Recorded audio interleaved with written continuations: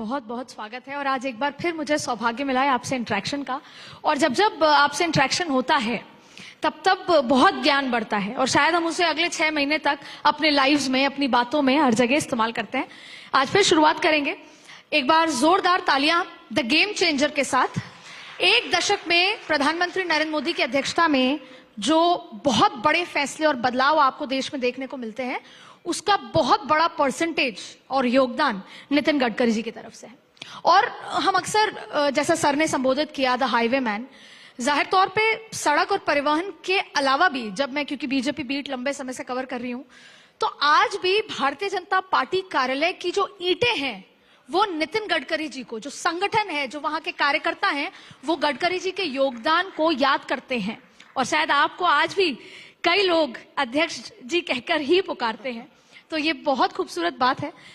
तो सर, अक्सर एक सबसे पहले कोट है जो हम अक्सर पढ़ा करते थे। 2014 में जब पहली बार सड़क परिवहन मंत्रालय में मैं आई थी, जब आप चार्ज ले रहे थे, तो आपने कहा कि अमेरिका इसलिए धनवान नहीं क्योंकि सड़कें अच्छी हैं, बल्कि सड़कें अच्छी हैं इसलिए अमेरिका इज रिच। और आप अगले 2 साल में भारत को उस मुकाम पर पहुंचाने वाले हैं जहां पर इस तरह का अमेरिका जैसी स्थिति सड़कों की होने वाली है। तो आप भविष्य के भारत को कैसे देखते हैं और आपका रोड मैप और आगे क्या है? जॉन एफ कैनेडी जी का जी वो बहुत ऐतिहासिक स्टेटमेंट था कि American roads are not good because America is rich, जी, but America is rich because American roads are good. Road से प्रॉस्पेरिटी आती है, जी जी, रोड से बाकी भी डेवलपमेंट होती है। और जैसे हम लोग अभी जितने ऐतिहासिक और धार्मिक स्थल हैं, बद्रीनाथ, केदारनाथ, गंगोत्री, यमुनोत्री, बौद्ध सर्किट, राम जानकी ये सब जितने हुए हैं, ऐसे करीब 40 एक प्रोजेक्ट्स हैं जिसमें 1.5 से 2 लाख करोड़ खर्चा करके हमने हमारे टूरिज्म को बढ़ाने के लिए इसको जोड़ दिया है। इसके साथ साथ पोर्ट को जोड़ दिया है। तो सबसे इम्पोर्टेंट चीज यह है कि हमारे देश को अगर आत्मनिर्भर बनाना है, विकसित भारत बनाना है, $5 ट्रिलियन की इकोनॉमी बनानी है और विश्वगुरु बनना है, तो हमारी इकोनॉमिक ग्रोथ को बढ़ाना होगा। जी। और इकोनॉमिक ग्रोथ बढ़ाने में सबसे इम्पोर्टेंट चीज है, हमारे एक्सपोर्ट को बढ़ाना होगा और इंपोर्ट को कम करना होगा। एक्सपोर्ट बढ़ाने में सबसे महत्वपूर्ण चीज है कि हमारी जो लॉजिस्टिक कॉस्ट है वो 14 से 16% है और चाइना की लॉजिस्टिक कॉस्ट 8% है। अमेरिका और यूरोपियन कंट्री की 12% है। हमने ये तय किया था कि इस साल दिसंबर के पहले हमारे देश की लॉजिस्टिक कॉस्ट हम सिंगल डिजिट यानी 9% पर लाएंगे। तो ये जो 7% का फर्क पड़ेगा, इससे हम इंटरनेशनल मार्केट में और कॉम्पिटिटिव बनेंगे। और जिसके काम सब पोर्ट को 4 लेन से जोड़ रहे हैं, हाईवे अच्छे बना रहे हैं, जैसे दिल्ली से जयपुर, अब हमारा बीच वाला रोड का भी इनॉग्रेशन करेंगे, 2 घंटे में होगा। दिल्ली से देहरादून 2 घंटे में होगा। दिल्ली से अमृतसर 4 घंटे में होगा। जैसे चेन्नई से बेंगलोर 2 घंटे में होगा, अभी 7 घंटे लगते हैं। तो ये पूरे देश में इसे हम कम से कम बड़े प्रमाण पर जो एक्सप्रेस हाईवे एक्सेस कंट्रोल बना रहे हैं, उसके कारण समय बचेगा और फ्यूल बचेगी। और दूसरा इम्पोर्टेंट चीज जो है कि समय के साथ हम फ्यूल में भी रिवोल्यूशनरी चेंज कर रहे हैं। हम देश में 22 लाख करोड़ रुपए की फॉसिल फ्यूल इंपोर्ट करते हैं, इसके बजाय अब ethanol, methanol, biodiesel, bio LNG, CNG, electric और हाइड्रोजन, ये इंडिजिनस फ्यूल आएगी। और ये 22 लाख करोड़ में हमारे जो किसान हैं वो केवल अन्नदाता है, वो ऊर्जा दाता बनेंगे, ईंधन दाता बनेंगे, हवाई ईंधन दाता बनेंगे, बिटुमिन दाता बनेंगे। और वो अब मुझे बहुत खुशी इस बात की है कि वो हाइड्रोजन दाता बनेंगे। तो गांव की प्रगति होगी, विकास होगा। तो ये दोनों के कारण नए रोजगार निर्माण होंगे और हमारे देश में एक्सपोर्ट बढ़ेगा और वो हमारे लिए प्रधानमंत्री जी का जो सपना है आत्मनिर्भर भारत का, वो पूरा होगा। जैसे आपने किसानों को सशक्त किया है, क्या हम सरहद पे सेना को भी हाइड्रोजन के माध्यम से सशक्त कर सकते हैं? जैसे चाइना के ड्रोन का जिक्र है, वैसे हमारी ऐसी टेक्नोलॉजी हो जिसके माध्यम से। नहीं, देखिए फ्यूल होता है जी जैसे इथेनॉल पर ड्रोन भी चल सकते हैं। मैं मेरे खेती में पूरा ड्रोन से स्प्रेइंग करता हूँ, नैनो यूरिया और नैनो मिश्रगत का। तो हाइड्रोजन जब अवेलेबल होगा तो दो अभी प्रॉब्लम है, हाइड्रोजन फिलिंग स्टेशन और ट्रांसपोर्ट ऑफ हाइड्रोजन, इसके कॉस्ट ज्यादा है। जी तो मैंने बीच में हमारे प्रधानमंत्री जी के जो साइंटिफिक एडवाइजर है उनके साथ सभी डिपार्टमेंट को कोऑर्डिनेट करके हम इसमें काम कर रहे हैं। मैं आपके मार्फत देश के स्टार्टअप में जो काम करने वाले इंजीनियर से उनको आह्वान करूंगा कि आप अभी ये हाइड्रोजन के ट्रांसपोर्ट और फिलिंग स्टेशन पर काम करिए। ये भविष्य है। Futuristic vision for development, futuristic vision with the planning for implementation for futuristic technology. और मैं बहुत बार कहता हूं, you can donate I but you can not donate vision. Appropriate vision for development अगर सही मुद्दों पर होगी तो देश बहुत आगे जाएगा। आप सभी के लिए बहुत बड़ी खुशखबरी है, दोनों जो आम जनता से जुड़ी है। पहला कि खुद आप ही अप्रैल में कैलाश मानसरोवर की यात्रा करने जा रहे हैं। जिनको भी कैलाश मानसरोवर की यात्रा करनी है, अब चाइना और नेपाल से होते हुए या उससे संबंधित नहीं होगा, आप डायरेक्ट है। सर उसके बारे में जानना चाहेंगे, और आप जो प्लान कर रहे हैं जाने का वो कैसे सर? अभी मानस सरोवर जाने के लिए दो मार्ग है। जी तो नेपाल से जाता है, पर उत्तराखंड के पिथौरागढ़ से जी हम मानस सरोवर तक रोड बना रहे हैं। मानस सरोवर तक तो चाइना का कुछ पार्ट है, कुछ नेपाल का बाजू से जा रहा है। तो ये जो रोड बनाना बहुत कठिन है, वह -4 डिग्री -6 डिग्री टेम्परेचर है। और बीच में हमने कुछ ऑस्ट्रेलियन टनलिंग मशीन्स लाकर हेलीकॉप्टर में वो डिवाइड करके उठाकर वहां लेकर गए। वो बहुत प्रतिकूल परिस्थिति में काम कर रहा है। अभी 85 to 90% काम हो गया है, आखिरी का 10% काम है। कठिनाइयां बहुत है, वहां काम करना बहुत कठिन है। बीआरओ कर रही है, पर मैं उम्मीद करता हूं कि अप्रैल में अगले आने वाले अगले 2026 वो पूरा होगा। अरे वाह। और मुझे खुद जाना है क्योंकि मेरी पत्नी नेपाल से जाने वाली थी, तो मैंने उसको कहा कि अभी रुको, हम हिंदुस्तान से जाएंगे। ये कहते कि मुझे 1.5 साल हो गया, पर इस साल अप्रैल के अंदर हमारे भारतीय लोग मानस सरोवर में पिथौरागढ़ से जाएंगे। ये निश्चित रूप से हम पूरा करेंगे। एक और खुशखबरी आप लोगों के लिए, लेकिन उसको थोड़ा घुमा के समझते हैं। सर सड़कें तो और बन एक रही दूसरी खबर अच्छी है कि हम बद्रीनाथ, केदारनाथ, गंगोत्री, यमुनोत्री जी चारों तो रोड 12,000 करोड़ का रोड बना रहे हैं। 90% काम हो गया, पर केदारनाथ में जाना बहुत डिफिकल्ट है। तो केदारनाथ में हम रोपवे बना रहे हैं, वंडरफुल। उसका टेंडर भी हो गया है। और 5,000 करोड़ रुपए कॉन्ट्रैक्टर उसको खड़ा करने के लिए लगाएगा, और हर साल रॉयल्टी करके 800 करोड़ रुपए हमको देगा। ऐसा रोपवे का भी वहाँ काम हो रहा है। तो 360 रोपवे, केबल कार, फेनिकुलर रेलवे हम बना रहे हैं, तो इसके कारण भी टूरिज्म बढ़ेगा। बिल्कुल सर। सर सड़कें तो बन रही हैं, जबरदस्त बन रही हैं, लेकिन आज भी एक इंडियन थॉट प्रोसेस यही है कि हम इतना टोल क्यों दें। तो अब उस टोल को लेकर कुछ तो बहुत इंपॉर्टेंट मंत्रालय में चल रहा है सर, और आप कुछ राहत, बड़ा गिफ्ट देने वाले हैं, वो समझना चाहेंगे सर। देखो, हम कोशिश कर रहे हैं जी कि हम ऐसा निर्णय करेंगे कि जिससे किसी को तकरार नहीं रहेगी, और जल्द से जल्द वो निर्णय करने का हम प्रयास कर रहे हैं। आज सर अगर आप घोषणा कर देंगे, उसको थोड़ा हिंट दे देंगे तो बहुत अच्छा होगा। अभी घोषणा करना उचित नहीं होगा, क्योंकि सब अप्रूवल लेने के बाद ही तो घोषणा। कम होगा सर या बंद हो जाएगा? कभी भी हो सकता है। सर एक हमारे डिपार्टमेंट ने फाइनल कर दिया, बाकी लोगों का अप्रूवल मिलने के मतलब हम ये मान लें कि टोल में राहत मिलती नजर आ रही है।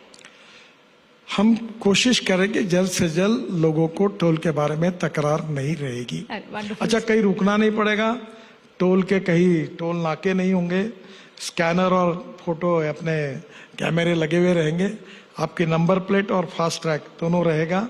आपको जितना डिस्टेंस जाएंगे उतना ही टोल आपको देना पड़ेगा। एक और बहुत महत्वपूर्ण बात है कि अगर कोई 2 व्हीलर अब खरीदने जा रहा है तो उसको हेलमेट खरीदने की अब चिंता नहीं। शायद सरकार बहुत अच्छी क्वालिटी का हेलमेट, वो भी 2 हेलमेट देने जा रही है। सर ऐसा कुछ फैसला आपने लिया? अभी हम लोग निर्णय कर रहे हैं कि जो 2 व्हीलर खरीदी करेगा वो कंपनी उसको ISI के अच्छे स्टैंडर्ड के 2 हेलमेट उसी गाड़ी के साथ देंगे, ताकि लोग हेलमेट पहने। और आपको तो मालूम है कि रोड सेफ्टी में हम काफ़ी काम कर रहे हैं, फिर भी जिस प्रमाण में चाहे हमको सफलता नहीं मिली। अभी कल शिक्षा मंत्री धर्मेंद्र प्रधान के साथ भी मीटिंग है और केवल स्कूल के सामने 10,000 बच्चे एक्सीडेंट में मर जाते हैं। 1,80,000 मौतें रोड एक्सीडेंट में होती है। हम रोड सेफ्टी ऑडिट कर रहे हैं, ब्लैक स्पॉट को इम्प्रूव कर रहे हैं और हमने एक राहवीर करके योजना भी तैयार की है, जिसमें अगर कोई एक्सीडेंट होता है और उसको लेके अस्पताल कोई लेके जाता है और उसकी जान बचाता है तो उसको हम 25,000 रुपये का अवार्ड दे रहे हैं। और जो दवाखाने में एडमिट होगा उसको मैक्सिमम 7 दिन का खर्चा या 1.5 लाख रुपए हम देंगे और उसकी जान बचाने की कोशिश करेंगे। मैं आपके मार्फत सबको आह्वान करता हूँ कि एक्सीडेंट होने के बाद तुरंत आप लोग उसको उस व्यक्ति को लेकर हॉस्पिटल में एडमिट करने के काम में अगर इनिशिएटिव लेंगे तो हम 50,000 लोगों की जान बचा सकते हैं। जरूर इसके लिए सहयोग करें। सर, अब तक मैंने जो भी आपसे बात करी उससे वो भविष्य का भारत, वो सपनों वाला भारत दिखता है, जहां पर पोल्यूशन नहीं होगा, सड़कें बड़ी होंगी, सड़कें होंगी तो विकास होगा, विकास होगी तो नौकरियां होंगी, किसान सशक्त होगा। इतने खूबसूरत भारत के बीच में एक चीज और है सर, क्योंकि आप कहते हैं कि मैं जाति से बियॉन्ड, आप अपने क्षेत्र में भी जाते हैं तो जाति पर चुनाव नहीं करते ना वोट मांगते हैं। वो भारत कब आएगा जब इतने अच्छी डेवलपमेंट के साथ साथ हम धर्म और जाति पर बात करना बंद कर दें? देखिए, पहली बात तो ऐसे कि कोई भी व्यक्ति उसकी जात, पंथ, धर्म, भाषा और सेक्स से बड़ा नहीं होता, उसके गुणों से बड़ा होता है। हमने कभी महात्मा गांधी जी की जात नहीं पूछी, हमने कभी बाबा साहेब अम्बेडकर जी की जात नहीं पूछी, शिवाजी महाराज की जात नहीं पूछी। आदमी का बड़प्पन उसकी गुणवत्ता के साथ जुड़ा हुआ है।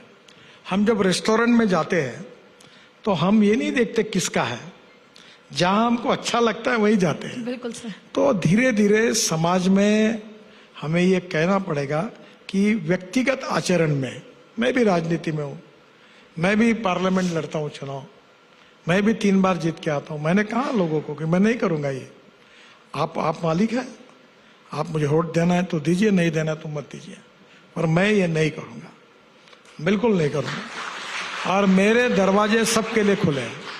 तो मुझे लगता है कि धीरे धीरे लोगों ने, अगर सबने तय किया, और विशेष रूप से तरुण जो पीढ़ी है हमारी, जवान लोग हैं, वो तय करेंगे कि हम ये नहीं करेंगे, तो मुझे लगता है समाज में बदल होगा। ये एक सामाजिक आर्थिक परिवर्तन की प्रक्रिया गतिशील हुई है और आने वाली नई पीढ़ी निश्चित रूप से इस दिशा में जाएगी और ये परिस्थिति बदलेगी, ऐसा मेरा विश्वास है। सर, हम अंबेडकर जी का सम्मान करते हैं, उनकी विचारधारा पे आगे बढ़ना चाहते हैं, उनको सेलिब्रेट भी करते हैं हर साल, लेकिन क्यों कोई भी पॉलिटिकल पार्टी हो, कोई एक नहीं, क्यों हम ये बात करते हैं कि बिहार में 22% एससी वोट है, किसके खेमे में जाएगा?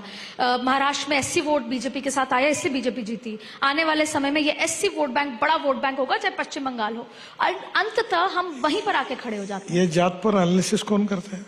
Sir, politicians. नहीं, तुम टीवी पर बैठ के रोज वहां बताते हो। तुम क्यों करते हो ऐसा? तुम जहाँ नहीं होता जिसको जा जाके टोस के बताते हो। देखो, लोकतंत्र 4 पिलर पर खड़ा है जी। उसमें लेजिस्लेटिव विंग है, जुडिशरी है, मीडिया है और एग्जीक्यूटिव विंग है। तुम ये फालतू बातों को महत्व क्यों देते हो? तुम इंफॉर्मेशन को, नॉलेज को, अच्छी बातों को भी प्रोत्साहन करो। देखो, सेक्स और वायलेंस की पिक्चर चलती है, सच नहीं है। जिस पिक्चर में सेक्स और वायलेंस नहीं है, पिक्चर अच्छा है, वो भी बहुत चलता है। तुम क्वालिटी दो, सब लोगों की जिम्मेदारी है। जैसे राजनीति के करके मेरी जिम्मेदारी है, वैसे आप दिन भर 2 लोगों को खड़ा करते हो, आग लगा देते हो और रोज दोनों को भड़काने का काम रात को चलता है। ये क्यों करते हो? देखो, आप परिवर्तन चाहते हो तो हमारे तरफ की उंगली मत दिखाइए। मैं आपको नहीं कह रहा हूँ, जी जी, मैं मीडिया को कह रहा हूँ। आप भी जिम्मेदारी से आपका व्यवहार करिए और हर व्यक्ति जब जिम्मेदारी से करेगा तो प्रॉब्लम सॉल्व होगा। सर, हमारे साथ दिक्कत है, पक्ष भी कहता है तुम और सत्ता भी कहती है कि तुम्हारी गलती है। हर बार मीडिया नहीं, अब तो तुम टीवी रात को खोलो ना, ऐसे झगड़े करते जैसे कोई पहलवान तो कुश्ती में मारपीट कर रहे हैं, ऐसे ये लोकतंत्र है क्या? तो सर, इसी से संबंधित सर, वक्फ एक रिफॉर्म है और वक्फ एक रिफॉर्म है और उन्हीं के समाज के लोगों के उत्थान के लिए रिफॉर्म है। लेकिन फिर सर संबल हुआ, मुर्शिदाबाद हुआ, ये स्थितियों के पीछे कौन है सर?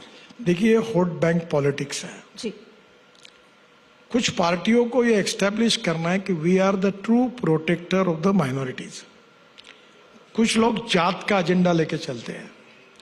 मैंने अभी तक हिंदुस्तान के इतिहास में ऐसा नेता नहीं देखा जो जाति के आधार पर काम करता है, उसने अपने जात का कभी भला नहीं किया। जब टाइम आता है तो बोलता मेरे लड़के को टिकट दो, मेरे पत्नी को टिकट दो, मेरे ड्राइवर को टिकट दो, और नहीं होगा तो मेरे चमचे को टिकट दो। कोई जात की बात नहीं करता हूं। अब धीरे धीरे ये जो है वक्त पे जो है वो सही में अल्पसंख्यक समाज के प्रगति और विकास के लिए हुआ निर्णय है। अब इतने जगह पर इंजीनियरिंग कॉलेज खुलेंगे, मेडिकल कॉलेज खुलेंगे, स्किल डेवलपमेंट सेंटर्स खुलेंगे। अब मैं महाराष्ट्र में एमएलए था, वहाँ मुझे एक इंजीनियरिंग कॉलेज मिला नागपुर में, तो मैंने अपना इंजीनियरिंग कॉलेज अंजुमन इस्लाम करके एक मुस्लिम संस्था को दिया। तो मुझे उन्होंने पूछा साहब आप तो बहुत आपने नहीं खोला, सब पॉलिटिशियन ने खोले इंजीनियरिंग कॉलेज। मैंने कहा मैंने आपको इसलिए दिया कि आपको जरूरत है। और उस संस्था से 8000 मुस्लिम लड़के और लड़कियां इंजीनियर बनी। Knowledge is a power. और मैं अक्सर ये कहता हूं कि innovation, entrepreneurship, science, technology, research, skill and successful practices, we name it as knowledge, and conversion of knowledge into wealth is the future. और इसलिए इसके लिए समाज में जगह का उपयोग होना चाहिए। अब किसी ने अतिक्रमित करके बैठा है तो ये सब समाज की प्रॉपर्टी है, और मुस्लिम समाज के विकास के लिए खर्चा हो, उनका सोशियो इकोनॉमिक ट्रांसफॉर्मेशन हो, इस उद्देश्य से यह है। इसमें किसी अल्पसंख्यक समाज के विरोध में लेकिन नहीं सर है। दिक्कत क्या है, विपक्ष सिर पकड़ के बैठा है कि आप लोग हिंदू की राजनीति करते थे, हिंदुत्व की, हम करते थे अल्पसंख्यक की, अब वो भी राजनीति आप कर रहे हैं, अब उनका वोट भी आपको मिलेगा तो हम क्या करेंगे? तो यानी बीजेपी पे आरोप है कि अब हिंदुत्व के साथ साथ आप पासवानदा का भी वोट ले क्या करेंगे तो ताली बजाएंगे। देखिए राजनीति में whether you want to lead the people और लीड बाय द पीपल। जी, मैं बहुत बार ये कह चुका हूं कि मैं प्रोफेशनल राजनीतिज्ञ नहीं हूं। मैं 75 के इमरजेंसी में राजनीति में आया हूं। जी। तो मैं कहता हूं politics is the instrument of socio economic reform. और मैं दूसरी बात कहता हूं कि पॉलिटिक्स, राजनीति यानी केवल सत्ता नीति नहीं है। राजकारण इसका मतलब सत्ताकरण नहीं है। राजकारण का अर्थ है समाज कारण, राष्ट्र कारण और विकास कारण। We need to redefine the definition of politics. Absolutely. सेवा करे, गरीबों की सेवा करे, युवाओं को रोजगार दे, अच्छा इंफ्रास्ट्रक्चर बनाए, तो हम इसको बदले। और इसका जिम्मेदार जनता है। जनता जिस दिन जात, पंथ, धर्म, भाषा, सेक्स को छोड़कर आज जिसके अच्छे कार्य के आधार पर मतदान करेगी, उस दिन लोग बदल जाएंगे। सर तो जनता को जागरूक करना ये लोकतंत्र में सबसे इम्पोर्टेंट। थोड़ा घुमा के समझना चाहती हूँ, आपने मीडिया का जिक्र किया, कैसा लगता है आपको जब मीडिया ये कहती है कि आरएसएस और बीजेपी के बीच में चीजें ठीक नहीं, यूपी का अध्यक्ष तय नहीं कर पा रहे हैं, इसी वजह से राष्ट्रीय अध्यक्ष तय नहीं कर पा रहे, आपको लगता है मीडिया सच कह रही है या कुछ और बात है? मीडिया रोज अलग अलग प्रकार में मेरे को कितने बार अध्यक्ष बना चुकी है, जबकि मैं बनना भी नहीं चाहता हूँ। ये देखो, अगर सर मीडिया भ्रमित है तो आप बता दीजिए एक सच अच्छा क्या है? उदाहरण बताओ गया। जी जी जी जो फिल्म अभिनेत्री होती है ना, जिसका पिक्चर चलता है, जी। तो रोज हमको ये पढ़ने में बड़ा आनंद आता है कि वो किससे शादी कर रही, किससे लव कर रही। तो ये ऐसी बात है। ये अखबार वालों के देखिए, मैं अक्सर एक बात कहता हूं कि 21वीं सदी का सबसे बड़ा कैपिटल कोई है तो ऑनेस्टी, क्लैरिटी, क्रेडिबिलिटी, गुडविल ये है। जो आज एक लिखते हैं और कल कुछ दूसरा हो जाता है, तो आप ये इसमें आपकी क्रेडिबिलिटी का प्रश्न है। तो विश्वासार्हता मीडिया की भी बननी चाहिए, और इसलिए जिम्मेदारी से कोई बात को लोगों तक पहुंचाना चाहिए। आखिर ये हर मीडिया का अधिकार है, अगर जो भी कुछ बोले और कहे तो उनका अधिकार है, पर विश्वसनीयता अगर टिकानी है, वो जो बोलते उससे उल्टा होगा तो उनकी क्रेडिबिलिटी खराब होगी ना। बिल्कुल सर, पर क्योंकि सर पाठक साहब हमारे बीच हैं, उन्हीं के स्वागत में एक सवाल का जवाब आप बताइए सर, क्योंकि मीडिया को नहीं पता कि आखिरकार कब तक और कौन यूपी का अध्यक्ष और राष्ट्रीय अध्यक्ष हो सकता है। सर कब तक और कौन होगा? आपका सही प्रश्न है, पर गलत व्यक्ति को है।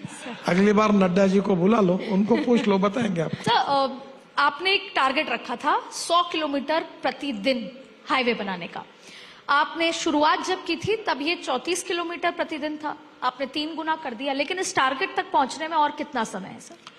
देखिए, टारगेट पहुंचने में सिस्टम जो है वो जिम्मेदार है। जी हमारे पास पैसे की कमी नहीं है। लो एम इज क्राइम। जी, पैसे की कमी नहीं है सर। पर जो हर महीने में तनख्वाह कमाते हैं उनकी भी एक मानसिकता होती ना। मैं जुगाड़ू हूँ, हिम्मत वाला हूँ, जी मैं कहता हूँ करो, तो जो एक महीने 1 तारीख को सैल लेता है वो सोचता है बार बार, क्योंकि उसका स्वभाव और मेरे स्वभाव में अंतर होता है। अब मैं उसके पीछे लगता हूँ।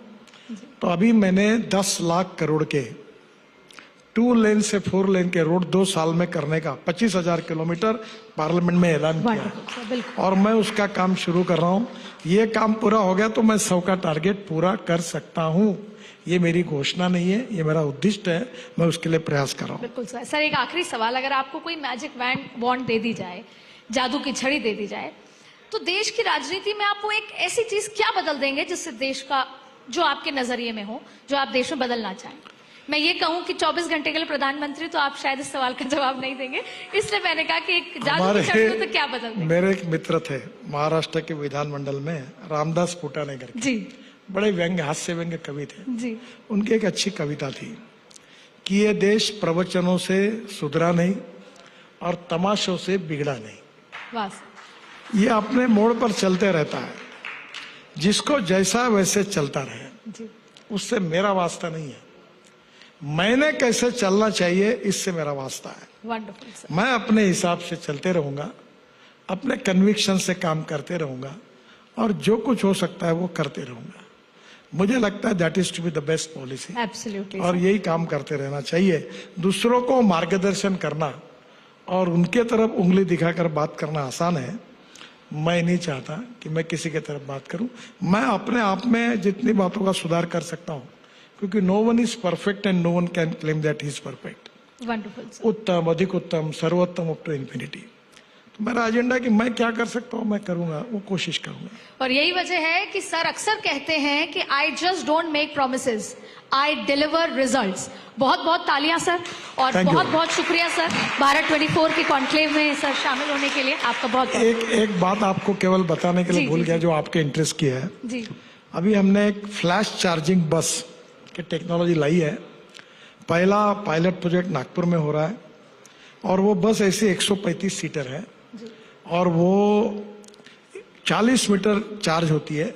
एक फ्लैश चार्जर नीचे आएगा, जिसमें हिटाची और सीमेंस की टेक्नोलॉजी है। ओके। टाटा और एइको करके 1-2 कंपनी आई है इसमें, और पहला पायलट प्रोजेक्ट कर रहा हूँ। वो अगर इसमें जैसे हवाई जहाज में एयर होस्टेस होती है, उसमें बस होस्टेस होगी। ओके। बस एयर कंडीशन होगी, एग्जीक्यूटिव क्लास होगा, सामने टीवी होगा, और टिकट का रेट डीजल बस की तुलना में 30% कम होगा। और दिल्ली से जयपुर, जी ये नागपुर सक्सेसफुल होने के बाद शुरू करेंगे, और जगदीश जी अपनी गाड़ी लेकर नहीं आएंगे, तो वो लैपटॉप पढ़ते पढ़ते सो कर जयपुर से आएंगे। सर बहुत बहुत धन्यवाद इसके लिए। और हमने आज सारे इंटरेक्शन में आपको आने वाले वो ड्रीम कम ट्रू भारत के भविष्य को दिखाया है। सर बहुत बहुत शुक्रिया। Thank you. और इस इंटरेक्शन खत्म होने के साथ साथ एक बार फिर सर वो ड्रोन का काम सर गुड़गांव तक थोड़ा स्पीड अप कराइएगा sir. Thank you. Thank you so much sir.